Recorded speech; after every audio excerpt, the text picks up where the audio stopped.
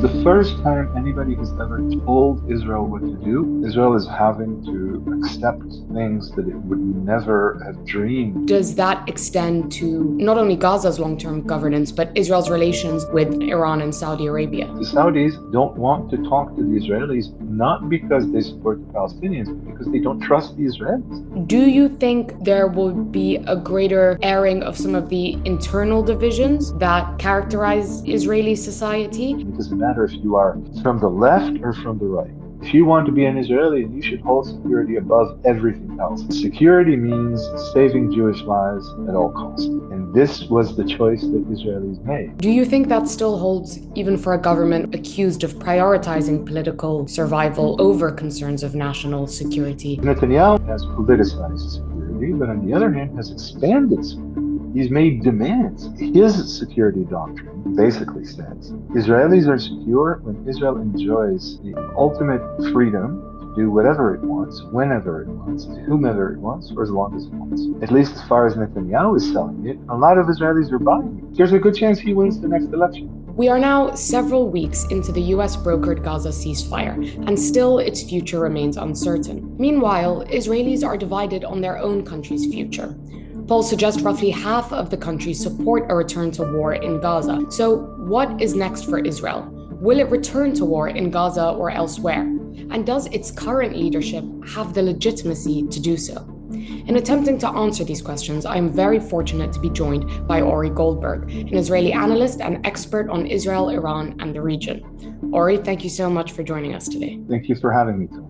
So now that the living hostages have been returned and we're advancing through phase one of the deal, Israel's main priority in this ceasefire has arguably been achieved. And meanwhile, Israelis are seeing scenes of kind of Hamas gunmen roaming the streets, cracking down on their rivals, all of which are deeply unsettling to a society that was promised by its leadership the group would be destroyed. So do you sense that now that these hostages have been returned, there is an appetite in Israel for returning to Gaza, finishing the job, as it were, against Hamas? First, no, there's no appetite for a return to the war. And in, I think, the collective Israeli psyche, this stage, at the very least, is over. All Israel wants to do is pretend as though it never happened and move on. That, however, does not mean that Israelis are averse to the notion that they will have to go back at some point into Gaza or into Lebanon or Syria or Yemen or attack Iran. In that sense, it's all the same. It's not so much Hamas specifically, although I think all Israelis are aware of the fact that Israel has not achieved its self-defined war goals. Hamas has not been destroyed. Hamas is a part of the process. And whatever's happening in Gaza, and a lot of things are happening, Hamas is certainly playing an active part and will continue to play an active part. Israelis don't want fighting to resume. And what they want is for their lives to go back to normal, to resume as they were. But on the other hand, if you ask Israelis what the long-term plans are, they will have to do with Israel fighting much more than it was used to over the past decade. We're expecting a very war-oriented 5 years or 10 years or whatever. So then, despite kind of the totalistic claims of this government that it would destroy Hamas, eliminate Hamas, and so on, do you not see this as pretty much an admission that, at least in the near future, Israel will return to a state of affairs that existed on October 6th, 2023, which is there is no long-term horizon for any kind of political solution. These groups will continue to exist, and we will play a protracted game of whack-a-mole or mowing the lawn in Gaza and wherever else. And if anything, we simply have more leeway to do that now than before. Well, there's the rub. I don't think we have more leeway. Actually, I think we have much less leeway. That's the major difference that we're seeing over the past several weeks, ever since the Trump plan became phase one of the quote unquote ceasefire. There's a lot of criticism to levy at a ceasefire that has been violated by Israel continuously since it was imposed.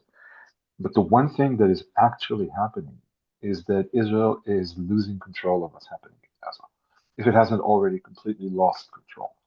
Israel is having to accept things that it would never have dreamed it would tolerate even 6 months ago, like Turkish presence, Turkish officers in Gaza, foreign rescue and salvage teams in Gaza, the reconstruction being overseen by everybody but Israel. This may appear minor, but it really isn't. It's the first time this has ever happened. It's the first time anybody has ever told Israel what to do and has laid down the law, saying if you don't abide by the rules that we are establishing, that's what the Trump administration is doing, then we're not going to be interested in a relationship with you. There was a point in time around the Israeli attack on Doha where Trump basically had to choose. He had to choose between continuing to grant Israel absolute impunity or between the somewhat discreet but very intense pressure campaign that was led by the Gulf kingdoms. And he chose the Gulf monarchies. He didn't choose Israel. He is willing to let Israel do a lot of things because that is, in a way, the basic state of affairs. But more time passes, the less authority Israel has, the more the new normal is going to be out of Israel's hands. And that is actually happening right now. So this isn't just about what Israel decides. In fact, it is less and less about what Israel decides. I wonder then, given the scope of Trump's control and also his ambitions for the region, how you think that will constrain Israel's actions going forward. So in Gaza, he has this 20-point peace plan, which he has put a lot of his own political capital into, the huge peace sign at Sharm el-Sheikh and convening all these leaders, which he clearly wants to succeed. He has also floated the ideas of a peace deal with Iran, seeing the strikes in June as a success that needs to be taken no further. He's also floated regional normalization with Saudi Arabia and this expansion of the Abraham Accords. If, as you say, Israel is being forced to accept these things in Gaza, how does that extend to not only Gaza's long-term governance, but Israel's relations with the major states in the region, Iran and Saudi Arabia? Well, with your permission, before we touch on Iran and Saudi Arabia, I'll say a few words about Syria and Lebanon, actually, because I think in Syria, Israel's pretensions and expansionist endeavors are being physically curtailed. There are negotiations being held between Israel, Syria, and the United States, and from what I understand, they are coming to understandings that will remove Israeli presence from Syria, will direct any kind of meaningful contact regarding Israeli interests through Damascus, will not allow Israel to operate independently on Syrian territory. As far as Lebanon goes, Israel is definitely exploring its boundaries right now, stepping up and escalating attacks on Lebanese soil. But there's absolutely no guarantee the conclusion will be, again, granting Israel impunity. In fact, it's quite likely it might be the other way around. At least that's the approach that the Lebanese government seems to be adopting. If we can withstand this, if we can encapsulate this for a while, and the Americans who are doing this in Syria will see what's happening here, and they will either stop Israel or there will be a war. Now, the more time passes and the Gaza deal becomes flesh, the less interested the Americans are in a regional war breaking up. So I think there's a solid reason to believe that we're heading towards brokered solutions between Israel, Syria, and Lebanon under the auspices of the United States, and that these solutions will not grant Israel total discretion or total impunity. Now, when it comes to Iran and Saudi Arabia, again, that could go various ways, but it seems like the Saudis are actually serious when they're saying we're not going to enter into any kind of long-term commitment with the Netanyahu government as it currently is. It's never about the Palestinians. That almost doesn't need saying. The Saudis don't care. They've never been enormously partial to the Palestinian cause, and the Iranians don't really care either. It's about establishing regional status. It's about gains of influence and power and control. But the Saudis don't want to talk to the Israelis, not because they support the Palestinians, but because they don't trust the Israelis. That's also a major change that has occurred over the past 6 months. Israel is an agent of destabilization and chaos. It's not so much about ideology. It's not about expansion or occupation or whatever. It's about being able to trust Israel farther than one can throw it. And that's not the case. And that's exactly what the Saudis are saying. The Saudis are saying, we don't trust this government. If there's another government in place and that government undertakes some sort of commitment towards a brokered solution with the Palestinians, a commitment to regional stability, then we can talk, then we might consider normalization. But the way things are at the moment, no way, no how. That is a very, very logical way of looking at things. Israel is a liability. It's a liability to just about everyone, including the United States. So I fail to see normalization crystallizing suddenly. As regards Iran, A lot of it depends really on what Trump chooses to do and how Trump understands his legacy, but a lot also depends on the influence peddling of the Turkish President Erdogan, who sees Iran as a potential ally, but also as a counterweight and potential competition, and certainly has Trump's ear. In Iran right now, there's a power struggle between pragmatists and the hardliners, let's call them hardliners, who have been revitalized by Israel strikes and by the unilateral American sanctions being reimposed and by the general impotence of the world. But it's also the case that it's the pragmatists who have kept Iran alive under sanctions over the past 10 years. So even though there's a lot of room for heated rhetoric, institutional reality in the Islamic Republic tends to favor the pragmatists, despite the executive power in the hands of the hardliners. So I think there's a good chance that the Iranians will, at the very least, be willing to talk, be willing to entertain various ideas of brokered solutions. As long as that's the case, then the notion that Israel will simply be allowed to strike Iran, to start a war, especially when one considers the fact that the last war, the first Israel-Iran war, was not a great success as far as Israel is concerned. I don't think the climax will be a war. Pretty much everyone but Israel is not interested in. And Israel has lost a great deal of its strength to impose one. I was interested by your mention that the key sticking point in a potential normalization or other diplomatic agreement is credibility, that Israel's government lacks credibility. We've seen it strike countries across the region at will without warning in the past 2 years. You mentioned another government could reconstruct that credibility. If we look at Israel's own pragmatists and hardliners, for example, do you see a real vision that perhaps looks at the region more constructively with a view to long-term strategy than the current government? So one, for example, whose minister doesn't say the Saudis can go back to riding camels if they want a Palestinian state, but one who perhaps takes the region a bit more seriously and thinks a bit more long-term about a future beyond strikes and military interventions. There isn't a single political actor, effective institutional political actor, whose agenda includes a reckoning, an acceptance of responsibility, an understanding of the crimes that were committed.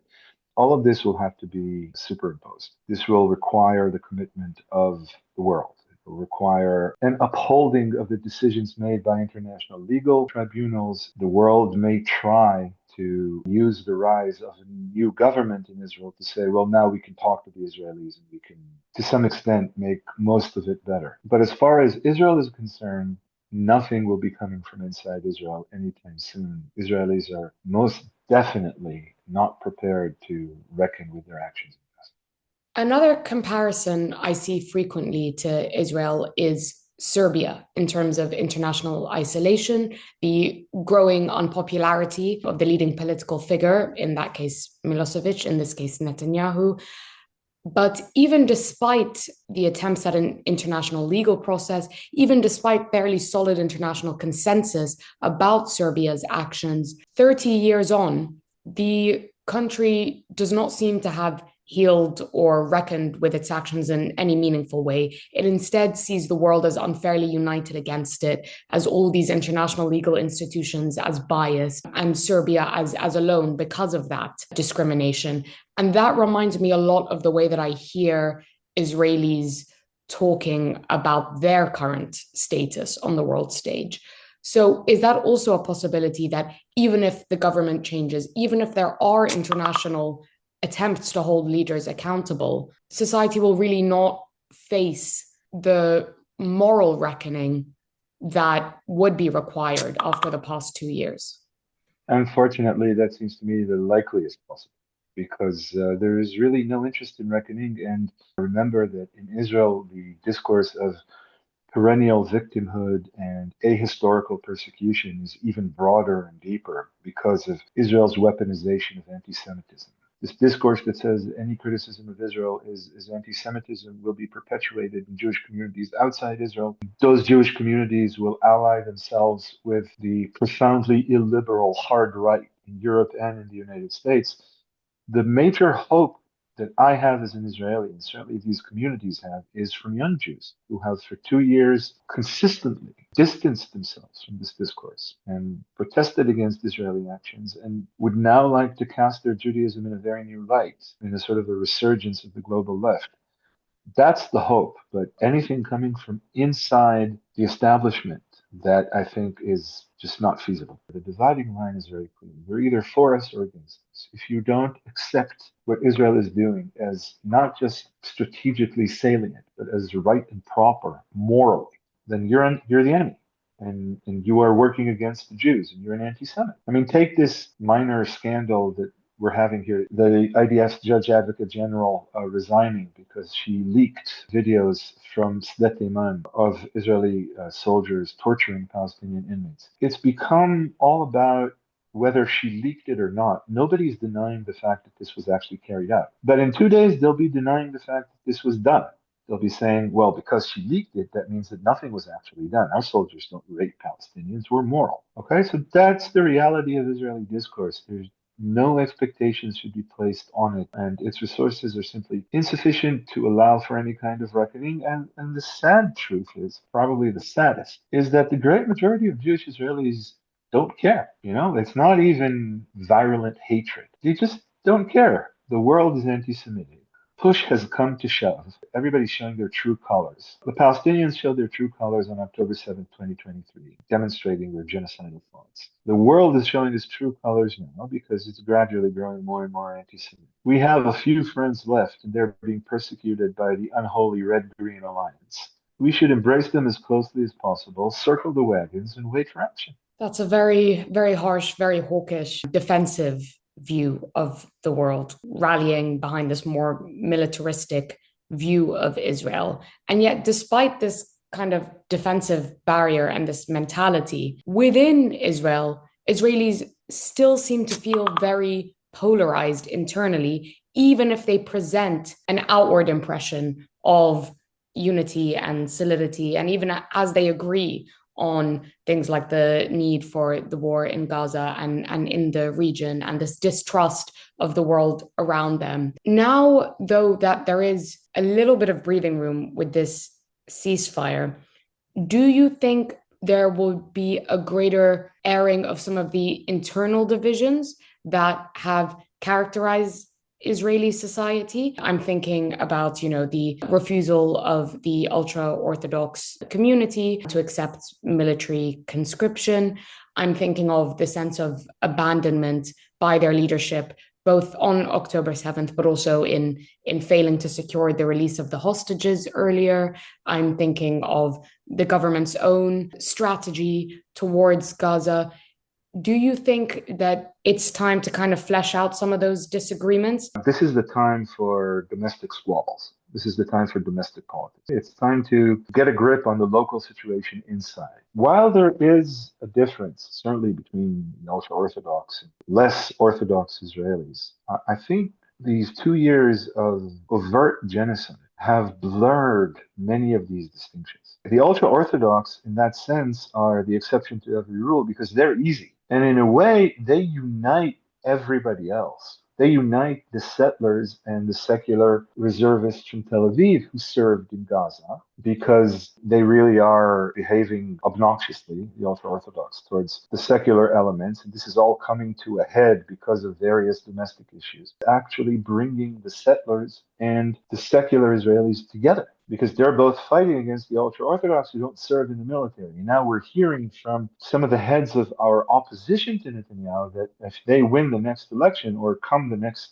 convening of the Knesset, they will try and pass a bill denying citizenship to those who don't serve in the military. What does that tell you? Is that a message of unity or is that a message of discord? It's a message of almost psychotic unity.